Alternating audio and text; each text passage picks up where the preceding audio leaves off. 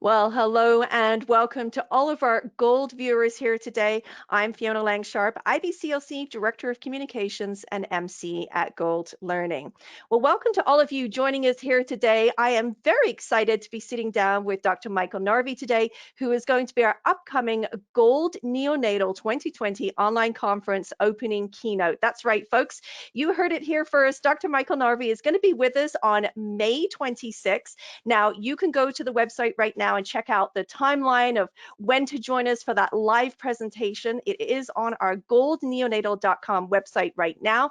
And of course, if you've been with us here before at Gold, you'll know that that is a free presentation for all of you to come and join us. So you're welcome to come to that presentation. It will be recorded as well for your viewing pleasure. So if it doesn't match the right time for you or you're busy that day, of course, you can listen to the recording. Of course, we'd love to have you come and join us for that live event. We'll have a lively chat and we'll be engaging and chatting with Dr. Michael Narvey as well. As part of that presentation, we'll have the opportunity to sit down and have a live Q&A with him as well. So welcome back, Michael. It's great to have you here at our Gold Neonatal Conference again. Yeah, very happy to be here. Thanks for having me again.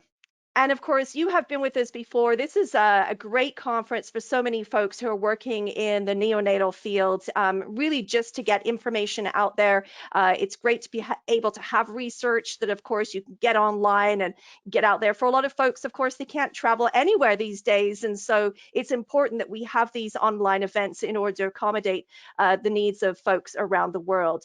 I know that you like this format. I know you're part of the social media streams, but tell us a little bit about yourself and how you sort of started to get involved with these online events and of course putting your information out there on social media. Well, thanks for the opportunity to share this information. I think that I always had a passion for education and started out as a program director back when I was at the University of Alberta for the the neonatal perinatal medicine program. So I did that for 4 years, and then I moved on to other things. I moved on to administration, and one of the things that I think I missed in my heart was really education. Mm, While I did that locally, I thought, there's potentially with all of this social media an opportunity to reach far more people than just those, in my own institution. So I started exploring opportunities with Facebook and Twitter and LinkedIn, and then eventually moved on to writing my own blog.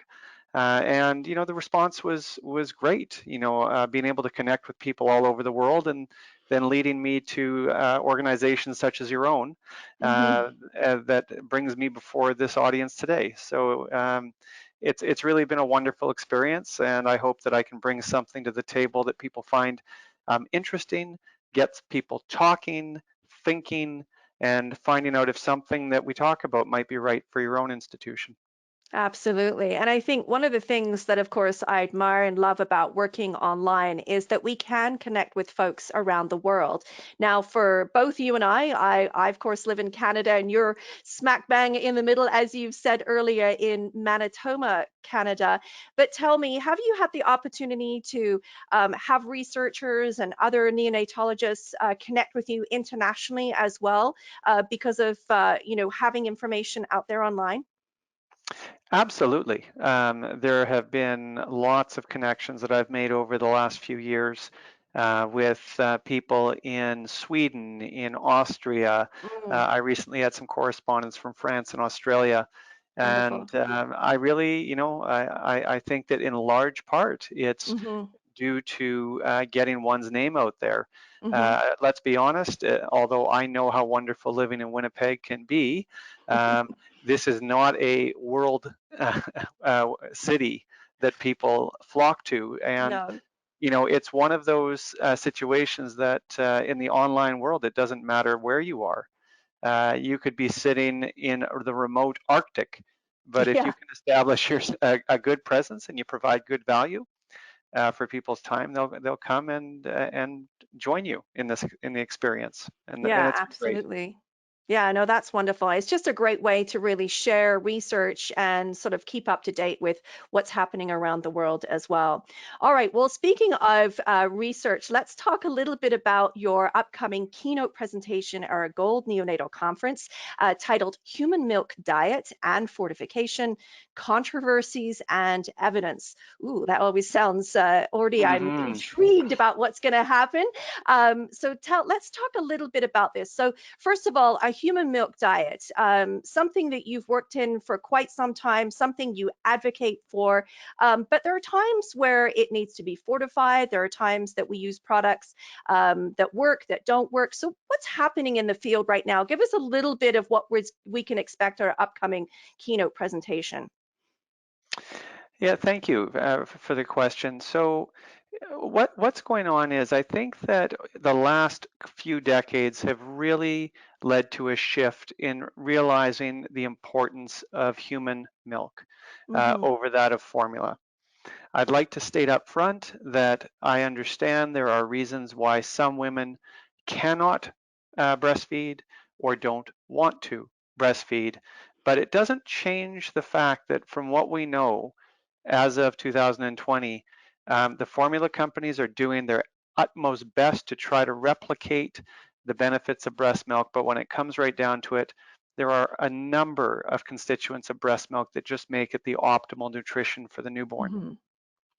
So, where research has been headed the last few years is looking at, in particular, for the preterm infant, where we do Mm. need to provide fortification to achieve optimal growth, to help with growing bones, and other storage of important nutrients.